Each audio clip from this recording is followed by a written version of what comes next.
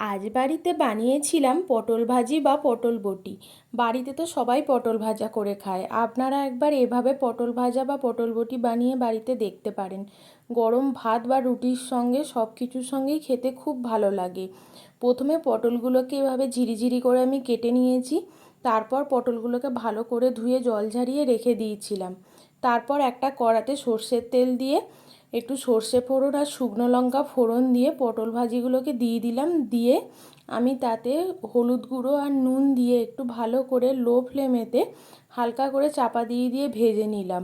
যখন দেখলাম একটু ভাজা ভাজা মতো হয়ে গেছে, একটা গোটা কাঁচা লঙ্কাকে আমি মাঝখান থেকে একটু চিড়ে ওর উপর দিয়ে দিলাম। দিয়ে আরও চাপা দিয়ে কিছুক্ষণ ওটাকে নরম হতে দিলাম পটলগুলোকে। এরপর যখন দেখলাম একটু নরম মতো হয়ে গেছে, হালকা ভাজা ভাজাও হয়ে গেছে, তখন আমি একটু চিনি দিয়ে চাপা দিয়ে কিছুক্ষণ রাখলেই আমার রেডি হয়ে গেল পটল।